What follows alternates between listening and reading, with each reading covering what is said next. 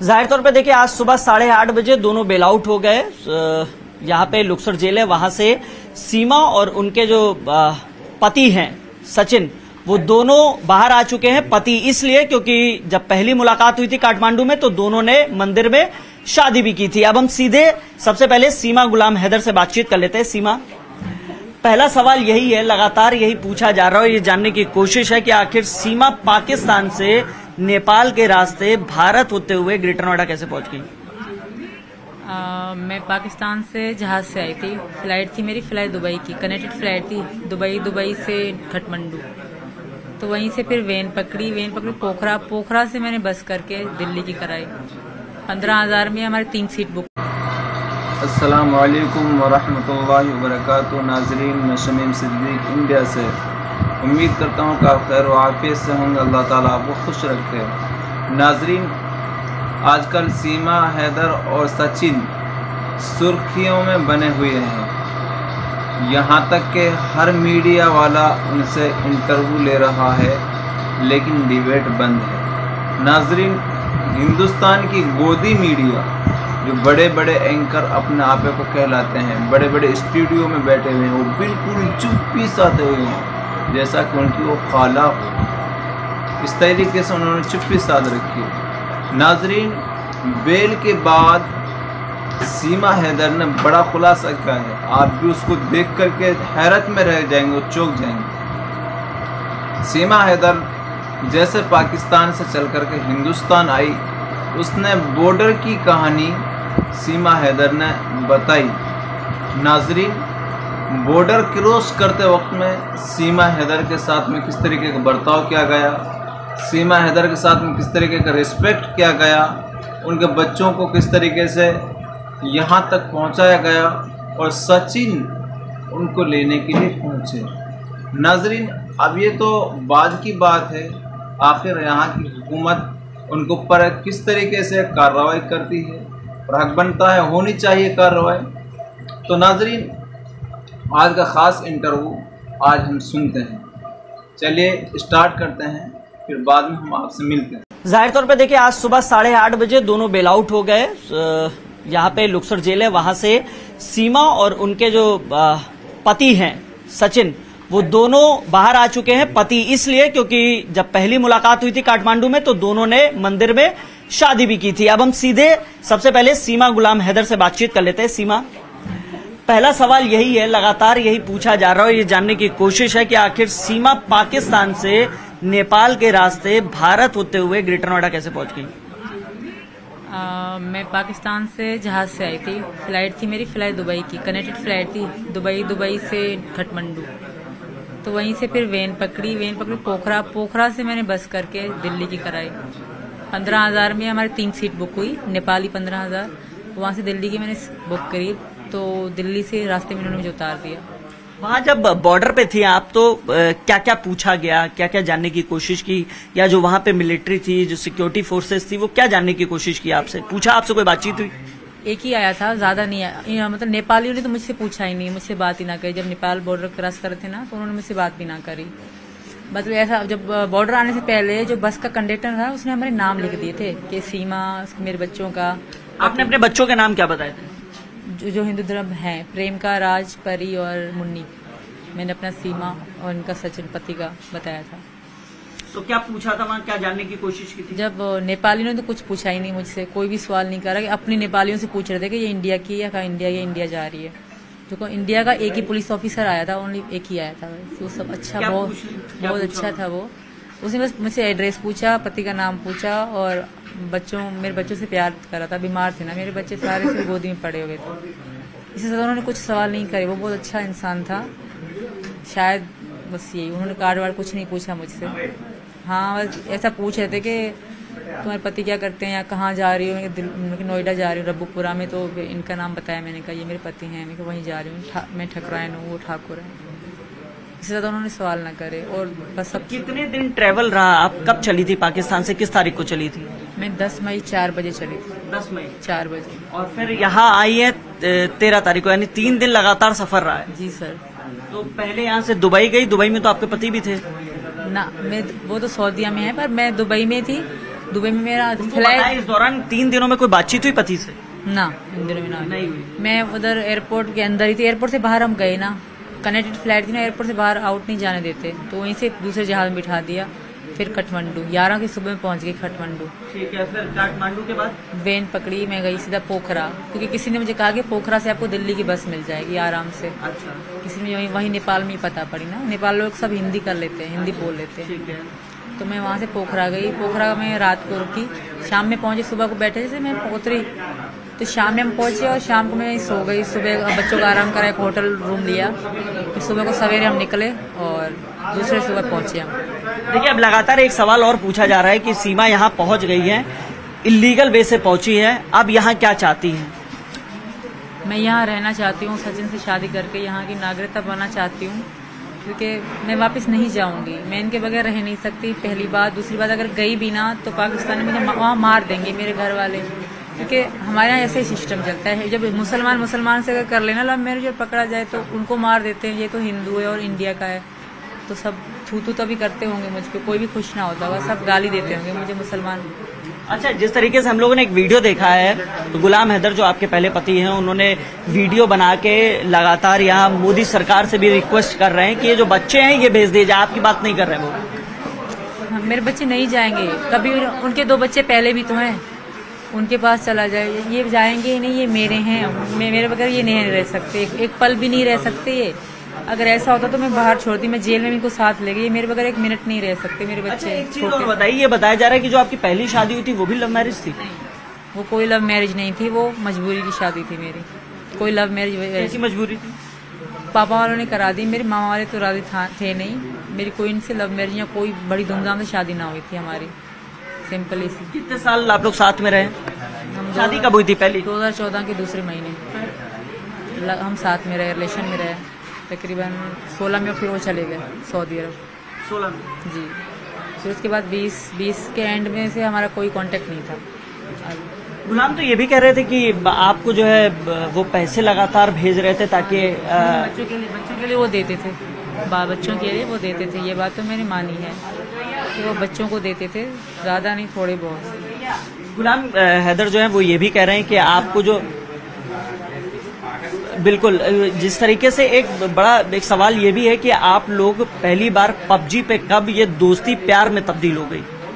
21 में हो गई थी हमारी, 20 से लेकर 21 तक हमारा इतना लॉकडाउन पीरियड के दौरान। बिल्कुल वही भारत में लॉकडाउन था, वहाँ भी लॉकडाउन था। अच्छा। उन दौरान हमारी बहुत ज्यादा गहराई हो गई। ये भी फ्री टाइम में थे, हम भी वहाँ पे ऐसे बैठे रहते घर पे, तो तभी हमारी ज्यादा गहराई हो गई, बहुत ज्यादा। गेम खेलने में रुचि थी आपको? बहुत ज्यादा, मुझे बहुत अच्छी लगती थी गेम खेलना, और मैं अब भी खेलती थी। गेम मेरी बहुत फेवरेट थी, तो पता था सबको। हम और भी इंडियन लड़के लड़कियां हमारे साथ खेलते थे, सब मुझे दीदी बुलाते थे।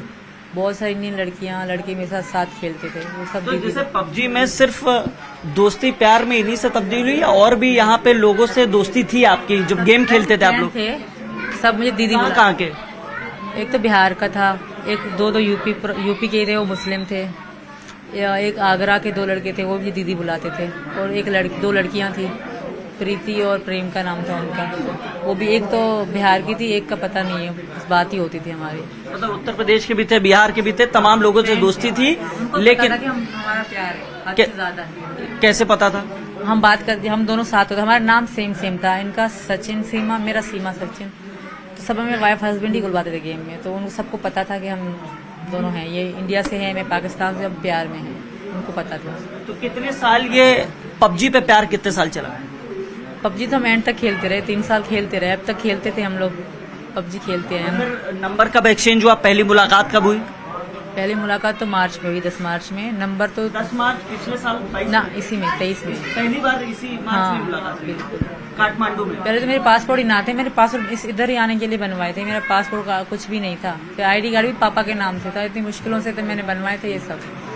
अगर मैं वापस गई, मैं रह न पाऊंगी, मैं मर जाऊंगी। मैं वापस नहीं जाना चाहती, और आप लोग मुझे भेजिएगा मत। आप लोग जहाँ रखोगे, जैसे रखोगे, मैं रह लूंगी, मुझे वापस ना भेजा जाए। और हैदर की बातों को इग्नोर मारा जाए, वो सिर्फ बकवास कर रहा है, झूठ कह रहा है। वो आपको शायद लग नहीं रहा, पर वो झूठ ही बोले जा रहा है। वो कोई भी वो भारतवासी से प्यार नहीं करते, वो ऐसे ड्रामा कर रहा है सिर्फ मुझे वापस लाने के लिए। अगर आप वापस नहीं जाना? नहीं, मेरे साथ बहुत बुरा हो जाएगा। अगर किसी ने भेजा फिर आप सब देखोगे कि मेरे साथ क्या होता है, मैं किसी को नजर भी नहीं आऊंगी। इनके गांव में कोई, हमारे इनका जो गांव है ना जेकमाबाद, ये मैंने लिखवाया है, वहाँ पुलिस भी नहीं जाती, वहाँ पुलिस का कोई कानून ही नहीं है। ये इनके अपने घरेलू मसले होते हैं, ये पुलिस को भी आने ना देते। जो मेरे ससुर थे ना, ये सौतेले हैं, सगे ससुर ना है मेरे, वो ऐसे ही हैं और मैं वापस नहीं जाना चाहती। अच्छा सीमा, आप रील की भी बहुत शौकीन है, गदर के बारे में आपने बताया, थोड़ा सा बताइए। मेरी आधा से ज्यादा मतलब जो रील है ना इन्हीं गानों पे है, गदर मूवी के गानों कौन पे। सा गाना अच्छा लगता है? घर आजा परदेसी, मैं तो बहुत रोती थी इस गाने पे इनके लिए, और सब वीडियो में है। एक आधा लाइन गुनगुनाइए ना, बताइए। गाया नहीं जाएगा, दोनों लोग गाइए ना उसमें। इनसे गा लीजिए, मुझे नहीं गाया जाएगा। तो रील बताइए, किस किस गाने में, कौन से गदर मूवी के कौन कौन से गाने पसंद है? गदर के सारे पसंद है, मेरी गदर मूवी के गाने ही बता दीजिए ना, कौन कौन से, मुझे नहीं पता। एक तो घर आजा परदेसी, हाँ। वही वाला, एक दूसरा मैं भूल गई। ये जो प्रेम कहानी है उसमें गदर मूवी का बहुत रोल है क्या? नहीं ऐसा कोई नहीं है, मुझे मतलब इनसे प्यार होने के बाद गदर अच्छी लगी। अभी तो पाकिस्तान में बैन है, फिर मैं इनके सारे गाने मेरे पास हैं, मोबाइल में थे मेरे में। जब उसमें सकीना थी, यहाँ पे सीमा है। सकीना बुलाते थे ना, तो इसलिए इसके दोस्त वगैरह में सकीना बुलाते थे, तो इसलिए मुझे अच्छा लगता था। उसके बाद इनके बाद गदर मूवी अच्छी लगती है मुझे, पहले तो इतना इंटरेस्ट भी नहीं था। आपने बताया आपने रील भी बनाई है, वो सारी इसी गाने पे है? बहुत सारी, हाँ। इनकी फोटो और अपनी फोटो लगा के जब इनसे मिली तब भी हमने बहुत सारे रील बनाई, वो भी मेरी है आईडी पे। जब हमारी पहली बार शादी हुई तब भी उनकी भी रील है मेरी, सब पड़ी है, मैं सब अभी कर दूंगी अपलोड। मेरे पास फोन ना है, फोन एक दो दिन में मिल जाएगी, पुलिस में है फोन हमारे जी। फोन में रील है बहुत सारी। अच्छा, एक सवाल और उठ रहा है सीमा, कि आपका एक भाई भी पाकिस्तान आर्मी में है। नहीं, वो तैयारी कर रहे थे मेरे भाई। वाकई मैं झूठ, मैंने सर किसी से कुछ भी नहीं कहा, क्योंकि मेरे दिल में कोई मेल नहीं है कि मैं झूठ बोलूं, क्योंकि मुझे शुरू से पुलिस वाले ने कहा था कि आप कोई भी झूठ ना, अगर तुम्हें रहना है, तुम सच्ची हो तो झूठ इतना भी नहीं बोलोगी। तो मैंने इतना भी झूठ नहीं कहा सर। वो मेरे भाई में से छोटे हैं, तो वो कर रहे थे। आसिफ रजा। अच्छा, आसिफ रजा क्या? वो पुलिस में नहीं, फौज में जाने की तैयारी कर रहे, क्योंकि मेरे पापा वहाँ हर किसी को ड्यूटी नहीं मिलती, जॉब नहीं मिलती हर किसी को, और मेरे एक ही भैया है, और हम इतने ज्यादा मतलब अमीर फैमिली से नहीं है, तो इसी का। कितने भाई बहन हो आप? 4, 3 बहनें हम, एक भैया। 3 बहन में से एक बहन यहाँ? हाँ, गाँव पाकिस्तान में। एक शादीशुदा, एक सिंगल है। अच्छा, जब 10 मार्च को आप यहाँ आ गए, उसके बाद कभी बात हुई वहाँ पे घर पे? किसी से नहीं बात हुई? हाँ, मेरे भैया ने एक बार इनको कॉल करी थी कि सीमा मिस है, क्योंकि मेरे दोस्तों को इनका नंबर था, मेरे दोस्तों से ये बात करते थे, वहाँ के 1-2 हिंदू हैं सहेली मेरी, उनसे ये बात करते थे, तो उन्होंने उनसे शायद नंबर लिया होगा, तो इनको कॉल करी कि इनको कॉल किया था। हाँ। तो क्या बात हुई थी जब इनके भाई का फोन आया था? कब आया था? बस वो ये पता नहीं कब आया था, हाँ जून में तकरीबन आया था, वही 2-3 मिनट बाद, 2 मिनट ज़्यादा तकरीबन इतने मिनट। ये पूछ रहे थे कि सीमा आपके पास है, गिला करवाओ, गिला पता नहीं, मेरी समझ में नहीं आ रहा था। मैंने बोल दिया, मैंने कि भैया मेरे पास तो है नहीं, मुझे नहीं पता कहाँ है, अगर लेकिन थी आपके पास ही? हाँ। आपने इस दौरान कभी बात की है? कभी उसके बाद भैया का फोन आया ना? उसके बाद परिवार से कभी किसी और ने बात करने की कोशिश की? किसी और ने नहीं करी, वो बहन ने करी थी, वो हम उठाई थी, वो कट रही थी, उठाई थी, यानी कि बात हो नहीं पाई थी। कई 2-3 कॉल करी थी, 2-3 कॉल करी थी उनकी बहन ने, ये पता नहीं, एक बार तो उनकी बहन ही बोल रही थी, इतने में बात हुई तो कट गया फोन। कटने के बाद फिर कॉल आती गई। फिर कभी आपने मतलब जैसे इनके पास तो कॉल आया, उस दौरान कभी घर में बताने की कोशिश की कि मैं भारत आ गई? ना, मुझे डर लगता था कि मुझे वापस भारत आकर भी नहीं बताया? फिर भी डर लगता था कि मुझे वापस बुला लेंगे, क्योंकि अभी किसी को पता ना था। हमें पूरे पाकिस्तान को पता और पूरे भारत को पता है कि सीमा गुलाम हैदर यहाँ है। अब तो ये वकील की मेहरबानी है, जिस वकील को हमने, इनके दोस्त ने कहा था कि अब वकील के पास चलो, बच्चों के स्कूल के कारण अब जुलाई को स्कूल खोल रहे थे, तो मैंने तो परमानेंट यहाँ रहना था ना, मैंने कहा बच्चों का कुछ सोचो। मेरा लड़का बड़ा है थोड़ा और लड़की बड़ी वाली ना, तो इन दोनों का स्कूल ज़रूरी था, तो वहाँ पढ़ते थे ये लोग, तो इसी कारण हमने वकील से बात करनी चाहिए। हम वकील के पास गए, पहले ये गए, फिर मुझे तैयार करके बुलाया कि आ जाओ कोर्ट मैरिज हो रही है हमारी। मैं तैयार होकर गई, उन्होंने मैं सारे कागज़ लेकर गई अपने, उनको दिखाए और रिक्वेस्ट उनसे मैंने करी, बहुत रोई मैं उनके आगे कि मुझे वापस नहीं जाना, मुझे इनके साथ शादी करनी है। तो उन्होंने कहा आपकी शादी 1-2 दिन में हो जाएगी, आप चले जाओ, घर आराम कर लो। तो उन्होंने पुलिस को इन्फॉर्म कर दिया। अच्छा। फिर हम भाग गए।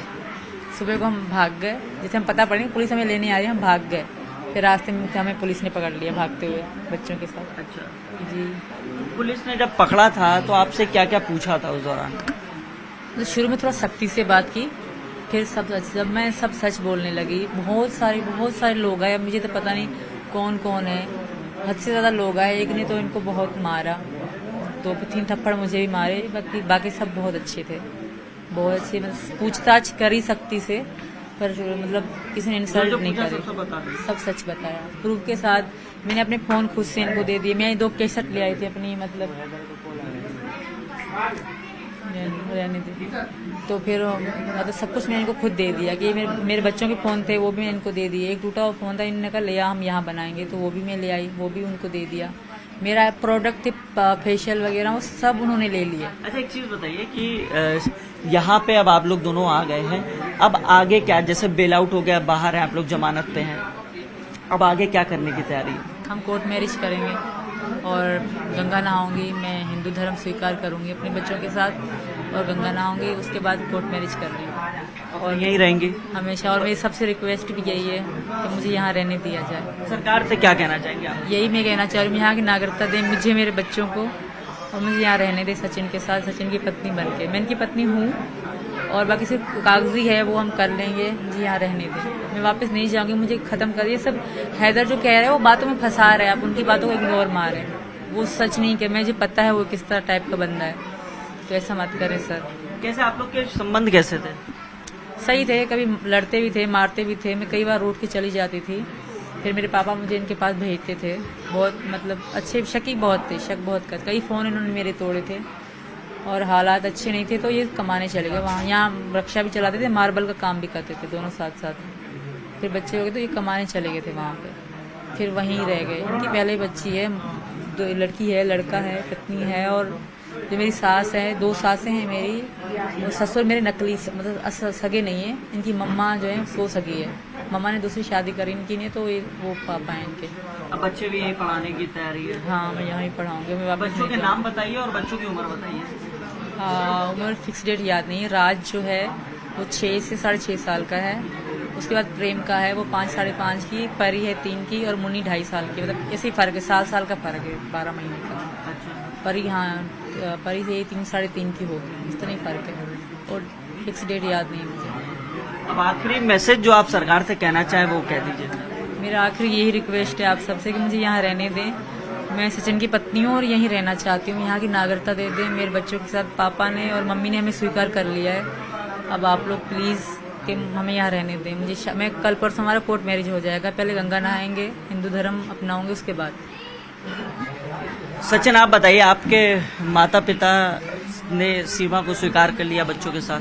हाँ जी, बच्चों के साथ हम सबको स्वीकार कर लिया है। मेरे माता पिता ने बोल रहे हैं कि गंगा जी भी नहवा कर लेकर आएंगे और हिंदू धर्म अपनाएंगे, और गंगा जी नहवा कर शादी की भी तैयारी, जितना होगा हम पे इतना करे होंगे, बस ये कहना है हमारे घर वालों। सरकार से क्या कहना चाहिए? सरकार से मैं ये कहना चाहता हूँ कि हमारी शादी करवाए और यहाँ की नागरिकता दें, बस हम अपना घर बसाना चाहते हैं। तो देखिए, ये सचिन और सीमा हैं, दोनों एक बार शादी कर चुके हैं काठमांडू में, लेकिन लीगल शादी के लिए अब यहाँ पर तैयारी कर रहे हैं। और सचिन का कहना है कि परिवार के जो इनके माता और इनके पिता हैं उन्होंने सीमा को अपना लिया है, अब दोनों यहाँ शादी करना चाहते हैं, लिहाजा सरकार से अपील है कि दोनों यहाँ पर साथ में रहें और इनको भारत की नागरिकता भी दी जाए। लिहाजा दूसरी तरफ अगर देखें तो पुलिस अपनी भी जांच कर रही है, तमाम एंगल से उस पर जांच पड़ताल तेज कर दी गई है। कैमरामैन योगेंद्र के साथ हिमांशु शुक्ला।